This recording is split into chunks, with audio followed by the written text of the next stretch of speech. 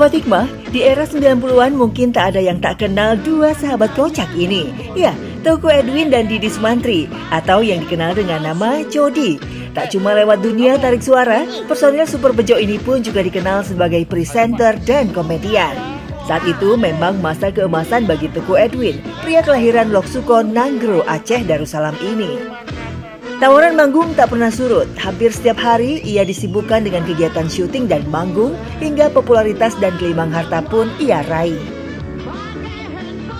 Namun seakan kontras dengan kehidupannya, kini Edwin jauh dari kesan glamor. Haluan hidupnya pun kini berubah mencari ridho Sang Kuasa.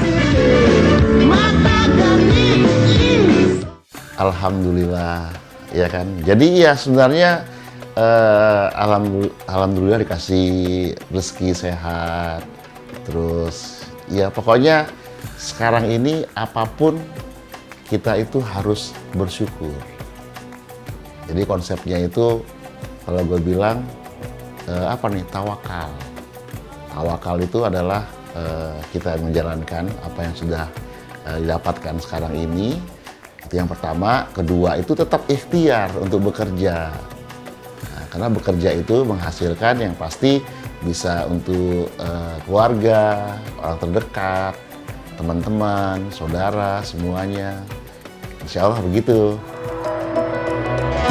Jalan ini sebenarnya sudah dilakoni Jody terlebih dulu. Sakit yang ia derita membuatnya tersadar terlalu jauh dari Sang Pencipta. Ketulusan Jody lah yang perlahan membuat Edwin tergugah. Hingga akhirnya lelaki kelahiran tahun 70 ini memutuskan untuk berhijrah. Meski keputusannya untuk membatasi aktivitas di dunia hiburan membuatnya tak lagi gampang memperoleh pundi-pundi rupiah. Ya bukan pilih-pilih ya, tapi kalau bisa lebih selektif lah, sesuai dengan kita. Jangan yang terlalu liar atau yang membawa mudorot, karena bagaimanapun sebagai presenter itu kan mengajak orang. Jangan sampai kita mengarahkan penonton kita ke hal-hal yang nggak benar juga. Jadi intinya sekarang gue nggak mengejar. Jadi gue bukan mengejar, gue masuk TV. Jadi gue hidup ini kalau bisa mengalir aja. Ya, Edwin tak lagi seperti dulu. Pria yang pernah menimba ilmu di Institut Kesenian Jakarta jurusan teater ini tak menampik jika kehidupannya dulu bebas tak terkendali. Perilaku dan tutur katanya seakan tak memberi contoh baik kepada semua penggemarnya. Dulu itu karena kita nggak ada pakemnya, nggak melibatkan yang di atas, kayak semua bebas. Lu kan tahu dulu kayaknya kita lagi syuting, lagi nggak suka tinggalin. Bahkan acaranya pun kita yang ninggalin gitu loh. Bukannya karena kita dipecat gitu loh. Jadi sombong. Iya, merasa udah punya. Nah sekarang ini yang omongannya nggak bener, yang negatif membuat orang tersinggung, itu sudah gua alihkan ke yang lain. Perlahan namun pasti, semua perilaku dan tutur kata buruknya ia kikis. Kini dengan lebih mendekatkan diri kepada Allah Subhanahu wa Ta'ala dan memperbanyak ibadah, justru membuat hati dan pikirannya lebih tenang. Ini yang sebenarnya pertanyaan yang membingungkan.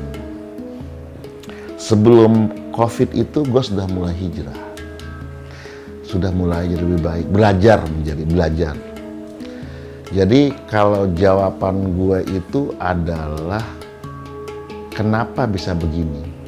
Karena doa ibu, doa orang tua, doa orang terdekat kita.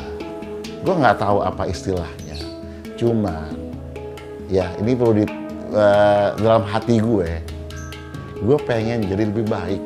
Yang seperti gue bilang tadi, hari ini lebih baik daripada kemarin, besok lebih baik dari hari ini. Jadi itu aja, lebih baik itu semuanya, dari segi ibadahnya, dari segi sholatnya, sedekahnya, kebaikan sama orang lain, apapun lah. Jadi tingkatkan terus. Edwin tak pernah lepas bersyukur karena dikelilingi oleh orang-orang yang mendukung keputusannya. Terlebih Jody, rekan yang pernah sama-sama melewati masa-masa kelam bersama, kini justru banyak membimbingnya.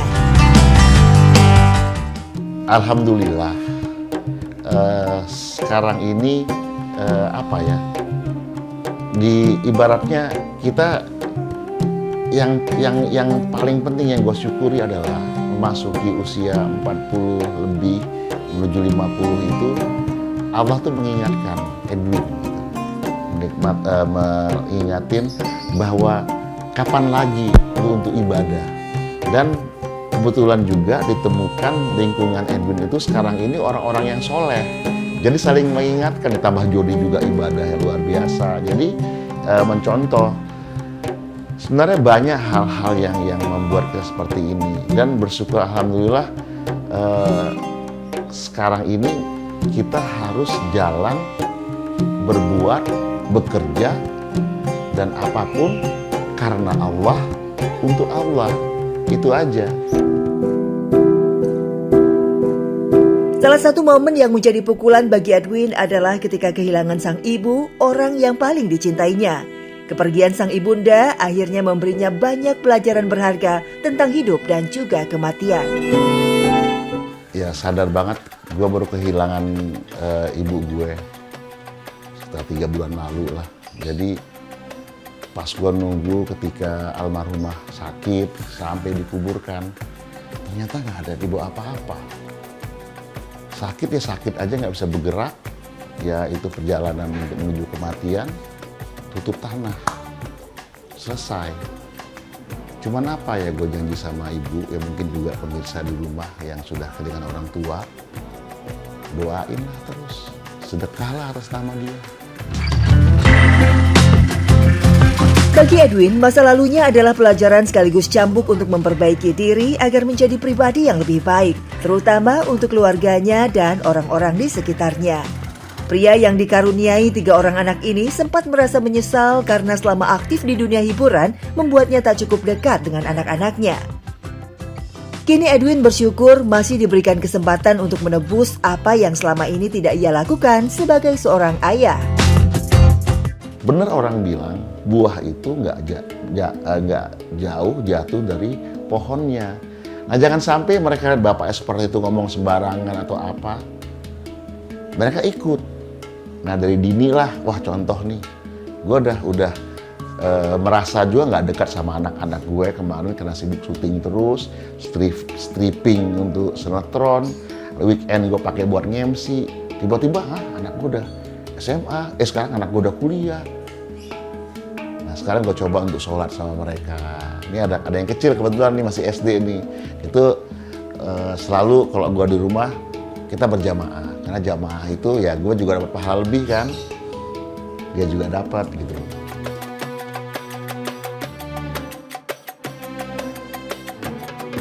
Sahabat hikmah, ayah adalah tonggak utama dalam keluarga.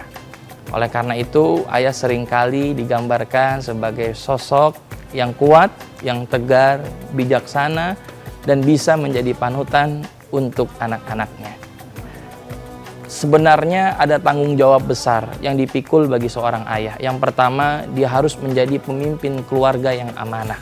Tidak berbuat zalim, memberikan nafkah yang terbaik untuk keluarga. Kemudian yang kedua adalah ayah sebagai penanggung jawab pemberi nafkah utama keluarga. Kemudian yang ketiga, ayah juga harus menjadi ayah yang baik, sekaligus menjadi suami yang baik untuk istrinya. Terkadang ada yang dia baik kepada istrinya, tapi belum tentu juga kepada anaknya. Terkadang ada yang sebaliknya, dia baik kepada anak-anaknya, tapi terhadap istrinya dia juga bisa berbuat zalim. Artinya keduanya harus seimbang. Kemudian yang keempat adalah tanggung jawab ayah. Ayah sebagai panutan dan sebagai cerminan, sebagai pendorong keluarga untuk dekat dengan Allah Subhanahu wa Ta'ala. Kini Edwin pun boleh merasa lega. Sebagai kepala keluarga, ia telah menjadi teladan bagi anak-anak dan istrinya. Bukan hanya memberikan contoh baik kepada anak-anaknya saja tentunya. Cara yang dilakukan Edwin terhadap istrinya pun pada akhirnya berbuah manis. Karena sang istri akhirnya telah mendapatkan hidayah untuk berhijab. Dan ketika itu terjadi, rasa syukur pun dipanjatkan Edwin karena hanya orang-orang pilihan saja yang akan mendapatkan hidayah. Gua nggak pernah yang namanya menyuruh secara keras. Gua ingat dibilang temen gue, istri adalah shadow-nya suami, bayangannya suami. Dan untuk menggerakkan hati istri kita atau anak kita dengan doa. Tanpa doa nggak bisa bergerak hatinya. Terus gue sholat, tanpa gue bilang, gue sholat dulu ya, lu sholat juga ntar. Terus gue lakuin, sambil gue berdoa, ya Allah, istriku belum pakai hijab. Dan nggak pernah gue bilang, Yang, kamu pakai hijab. Berdoa dan gue minta setiap ketemu ustadz, ketemu jamaah, ketemu orang-orang yang soleh. Gue bilang, Ustadz, doain ya istri saya pakai hijab.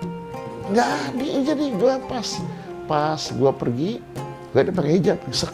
Pas gue cek IG-nya, ternyata semua foto-foto dia yang ada tidak pakai hijab dihapus semua. Edwin kini merasa cukup puas dengan rezeki yang didapatnya saat ini dari usaha yang dijalaninya. Bagi Edwin, yang terpenting ia masih memiliki kesempatan untuk bersilaturahmi dengan orang-orang baik, terlebih dengan Jody, karena dari sosok ini, Edwin berharap akan mendapatkan ilmu dan pencerahan. Gua punya usaha warung kopi Aceh sama mie Aceh, itu ada di Green Terrace Taman Mini, terus ada di Juanda Pasar Baru. Gitu loh. Jadi lebih ke sana nungguin warung, ketemu sama teman-teman sambil ngopi. Terus masih juga ditanggap sebagai MC kadang sama Jody. Dan mungkin kemarin baru sama Jody ngobrol-ngobrol, insya Allah Super Bejo kembali lagi sih. Insya Allah, karena sama Jody sih intens ketemu, minimal ngobrol. Sahabat hikmah, jika kita ingin melihat sifat seseorang, lihatlah dari siapa dia bersahabat. Karena sahabat bisa menjadi salah satu cerminan karakter daripada seseorang. Ada beberapa kategori sahabat yang insya Allah sahabat ini bisa mengantarkan dia dekat dengan Allah dan insya Allah mengantarkan dia ke dalam surganya Allah Subhanahu wa Ta'ala. Artinya mendapatkan ridha dari Allah Subhanahu wa Ta'ala. Yang pertama adalah sahabat yang senantiasa mengajak ke dalam ketaatan kepada Allah Subhanahu wa Ta'ala. Artinya dalam beribadah dia senantiasa memotivasi kita, mengingatkan kita apabila kita lalai untuk senantiasa ibadah kepada Allah. Yang kedua adalah sahabat yang selalu membantu kita dalam keadaan sulit. Karena inilah yang dikatakan sahabat. Kemudian yang ketiga adalah sahabat yang senantiasa mengkoreksi kita jikalau kita salah. Karena hakikat sahabat adalah bukan dia yang membenar-benarkan kamu jikalau kamu salah. Akan tetapi sahabat adalah dia yang membenarkan kamu jikalau kamu berbuat salah. Itu adalah hakikat sahabat. Maka sahabat yang buruk itu sesungguhnya bisa membuahkan hasil yang buruk, apalagi untuk diri pribadi, bukan hanya di dunia akan tetapi di akhirat.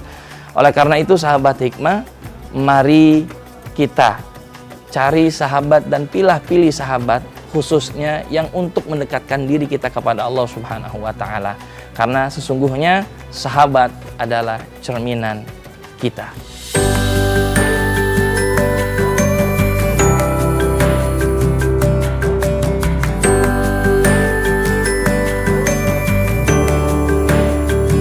Ceritanya ya suka dukanya ada sih lah ya, kalau namanya juga jualan keliling gitu. Kadang ya begitulah. Ada yang juga pernah diusir orang, diolok-olok orang gitu. Karena apa? Ya kita nangisin anak-anak.